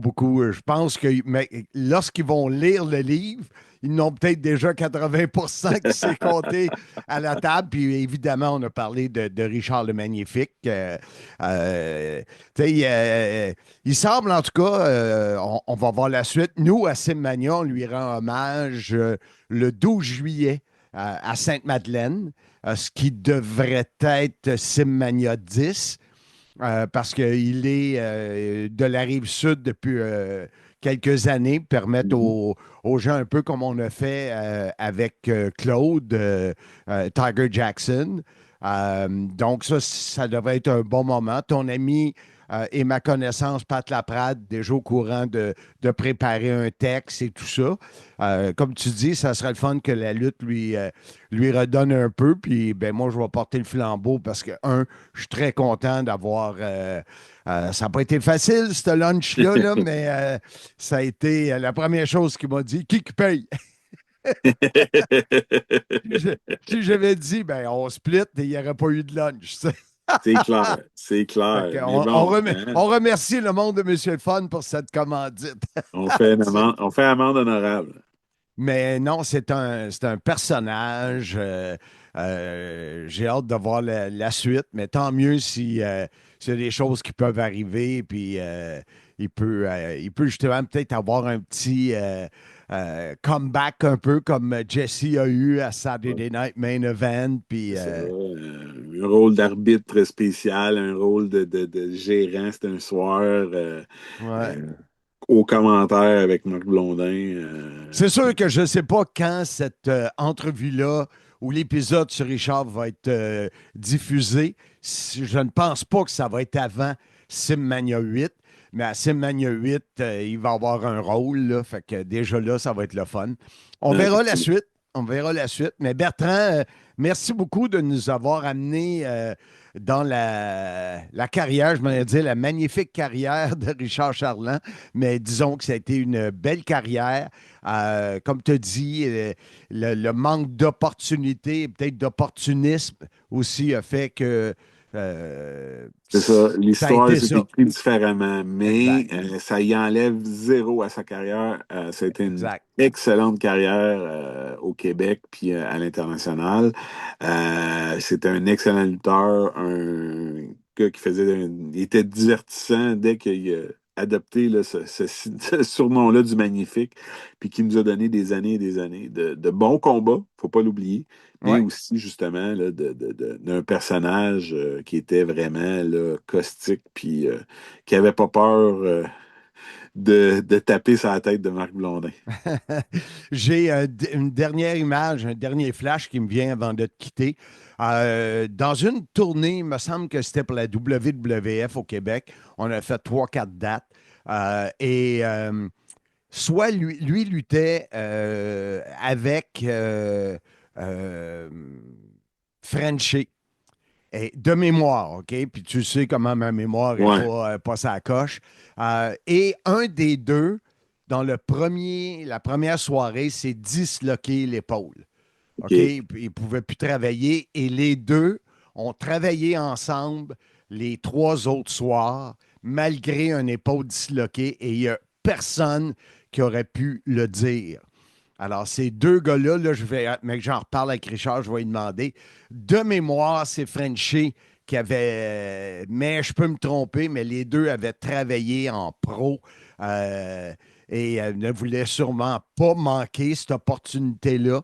Exact. Avait réussi à bien livrer malgré une assez bonne blessure, mettons. Non, à cette époque-là, des professionnels comme ça étaient capables de faire ou monter leur combat autour de la blessure sans que ça paraisse. C'était beaucoup moins spectaculaire peut-être qu'aujourd'hui, là, alors que certains combats ont plus l'apparence d'un numéro du Cirque du Soleil que d'un combat ou d'une bataille entre deux hommes dans un ring. Mais c'est des gars qui ont laissé une marque indélébile sur le monde de la lutte, autant Richard que Frenchy. Puis c'est le fun de le voir revenir là, dans le giron, puis de recevoir les fleurs qu'il mérite comme ça aujourd'hui. Et non s'enfarger dans les fleurs du tapis. Effectivement. Ah, Blondin! Mon petit caca! Tu m'énerves. comment il me dit ça souvent? Visage inquiétant. Celle-là, là, le bien-aimé. Ah, écoute, Bert, merci beaucoup. Je l'apprécie comme à chaque fois que tu es là. Et on verra la suite de notre prochaine fois où on va se jaser sur le sim. Soyez-y, mesdames, messieurs. Merci beaucoup. Votre duo d'animateurs préférés aimerait remercier l'équipe de À la carte, qui nous appuie et nous soutient pour nos voyages vers les événements TNA. Suivez-les sur leur page Facebook, faites vos prédictions et qui sait, vous pourriez gagner des cartes de hockey.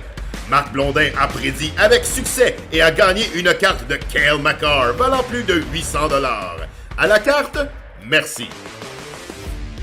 Et finalement, celui qui a été pas facile à rejoindre, Doc Gallows des Good Brothers.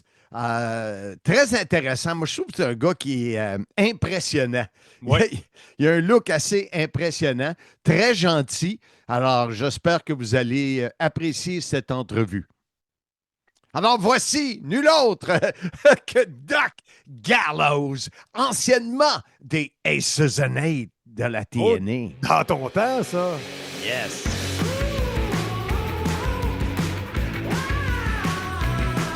Mesdames, messieurs, c'est avec beaucoup d'honneur et de fierté que je reçois Doc Gallows, avec qui j'ai travaillé. S'il ne le sait pas, je vais l'annoncer.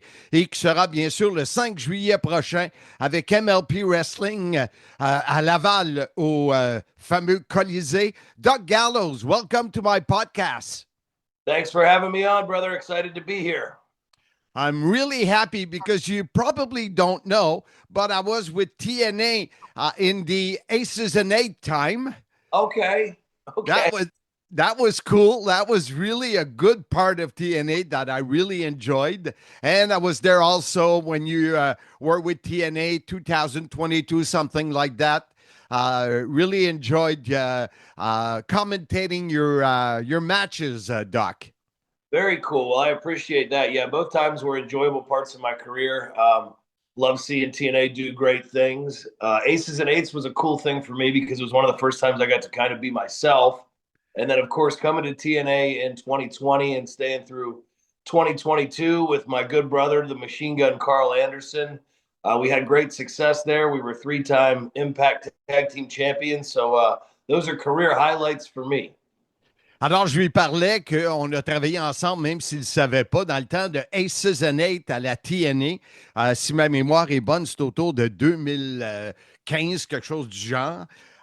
Et peut-être même avant ça, sûrement avant ça. Et on a parlé aussi, j'ai dit que quand il est revenu à la TNA vers 2022, tout ça, avec Carl Anderson, j'ai eu le plaisir de décrire ses combats.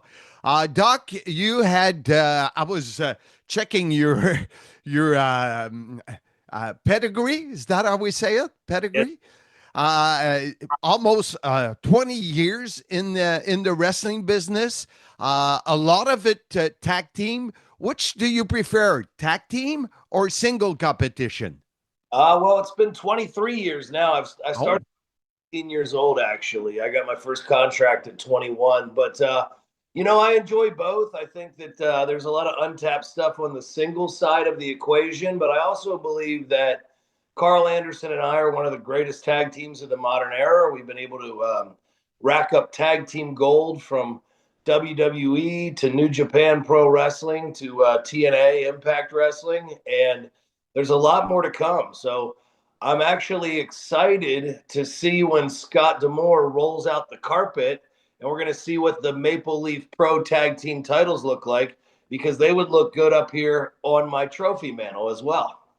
That's for sure. Alors, je lui demandais, parce que je lui disais, c'était à peu près 20 ans de carrière. Il me dit, non, c'est 23 années. Il a commencé très jeune, à 18 ans. Et je lui disais, tu as fait du tag team, combat par équipe, et du simple single. Qu'est-ce que tu préfères le plus?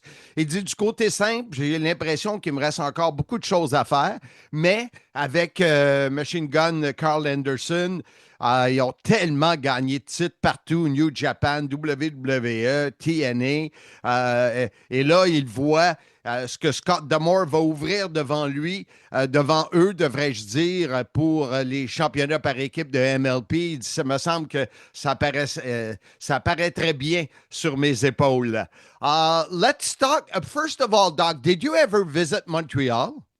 I've been to Montreal several times with WWE. This will be my first time coming outside of WWE, actually. So it'll be a good time. I love the food. I love the culture. Montreal is a great city. I'll be in Montreal twice in July, so I'm excited for that. If I remember well, you're doing something also with PCO in July. Yes, I saw that. Yeah, and then back for Maple Leaf Pro again, July 26th. I'm not sure the event location for that, but we're here to talk about July the 5th, Maple Leaf Pro Wrestling, the newest rendition of Bullet Club, the Bullet Club War Dogs. We have a rematch. David Finlay, Driller Maloney. It's complete unfinished business. It was chaos the last time in Toronto. So we're bringing it to Montreal to tear it down. It's going to get down. It's going to get dirty. And what the War Dogs don't realize is you can't recreate greatness. We are the OGs of Bullet Club. We're the founding fathers. You cannot tear that wall down. It's going to be the same old recipe, a magic killer, a 1, 2, 3, and we got rid of They're Too Sweet. Alors, je l'introduis pour parler de Montréal. Il a dit qu'il était venu à plusieurs reprises avec la WWE à Montréal et que là, il sera 2 fois dans le bout de Montréal en juillet, bien sûr avec MLP, mais tout de suite, il a ouvert la porte pour le match du 5 juillet avec MLP face aux War Dogs. Et il nous parle bien sûr du Bullet Club. Et il a bien hâte de voir, mais il dit que lui et Anderson sont vraiment la base, les fondateurs du Bullet Club, ce qui tient ça solide et que là, il va s'occuper vraiment parce qu'il n'aime pas comment ça s'est terminé. Doc, very interesting. I will be, of course, in the stands for one of probably first time in 20 years. I will be with some members of our podcast nation in the stands. It's going to be a great match. Going to be a great night because PCO is working 27 hours a day to promote that show. So I'm sure you'll find it really interesting to be in Montreal. Oh, you cannot slow down the French Canadian Frankenstein. PCO, one of the toughest in-ring competitors I've ever been a part of. One of my favorite matches at Impact Wrestling was PCO and I literally tearing the ring apart, him going through the ring, going off the stage, through the chairs, a wild, bloody brawl. But on top of that, you just have to give kudos to PCO for the promoter that he is, for his love of the sport of professional wrestling, and for being a true all-time great who knew over the years how to modify and reinvent himself as a professional wrestler. You know, not to date anybody, but I respect that tremendously as a 23-year veteran. When I was a child, PCO was a WWF Tag Team Champion as one. Incredible. Live when I was 10 years old in the Baltimore Arena in Baltimore, Maryland. So to see him still going at the level he's going and to continue to rise and get better, it's truly amazing. Alors, il nous dit que lorsqu'il était jeune, PCO était déjà champion. Incroyable. Il y a un énorme respect pour PCO, pour le promoteur, pour le lutteur. Les combats qu'il y a eu avec lui sont mémorables. Donc, il le sait que le 5 juillet, ça sera un événement bien ficelé. Parce que je lui ai dit que PCO travaillait 27 heures sur 24 à chaque jour pour rendre cet événement-là mémorable. Et il le sait. Il a confiance en PCO. Il a confiance en MLP. Doc, really, I appreciate your time. Thank you very much for this opportunity. And I hope I'll be able to shake your hands on July 5th in Laval near Montreal. Well, let's make a handshake happen for sure after the War Dogs have taken a magic killer. It will be great to meet you in person. I love that we're here on this podcast. Check out Machine Gun Carl Anderson and I. We have a podcast called Talking Shop. Find it wherever you listen to podcasts. And keep your eyes on Maple Leaf Pro Wrestling. I'll see everybody in Montreal July the 5th. Thank you very much, Doc. Thanks, Mark. Visitez cet endroit unique en Mauricie qu'est le Casino Grand Royal de Wallinac, à 10 minutes de Trois-Rivières. Jeux, restaurants, bars et une ambiance unique en Mauricie qui vaut la peine de découvrir. Le Casino Le Grand Royal de Wallinac, vous serez traité en VIP. Marc, ça conclut le podcast de cette semaine. Beaucoup de nouvelles à Blondin, des sujets variés, mais c'était très chargé. Quelque chose que tu n'es pas capable de dire très rapidement, très chargé. Mais là, la semaine prochaine, qu'est-ce qu'on a au menu?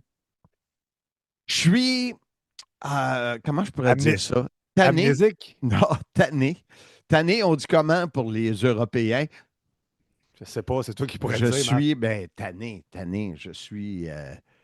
exaspéré, je suis exaspéré. Ouais, peut-être. D'ailleurs, parlant des Européens, ils n'ont arraché d'essayer de comprendre l'entrevue avec Jason Petitclerc.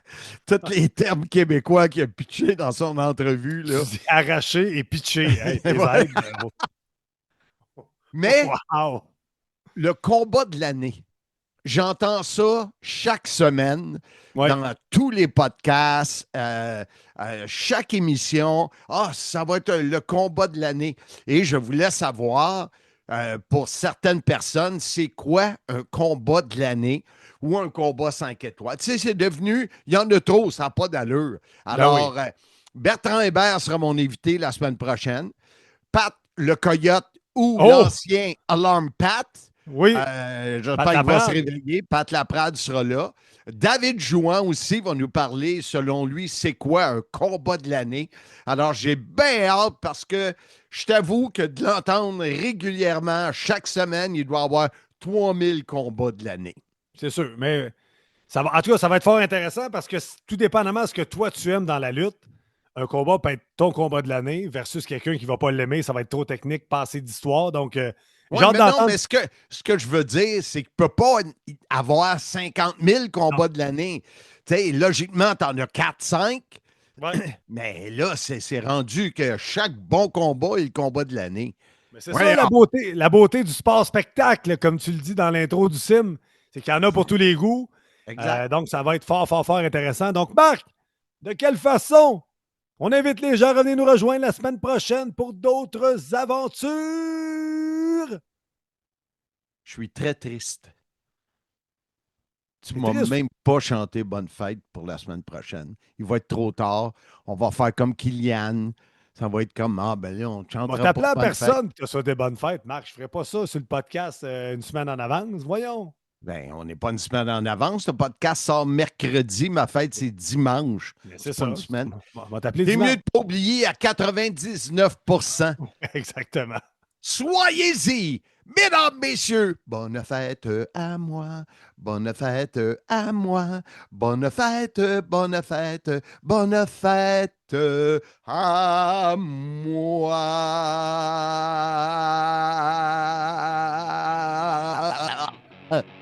Est-ce que tu t'achètes tes propres cadeaux pour ta fête comme à Noël? C'est sûr. Incroyable.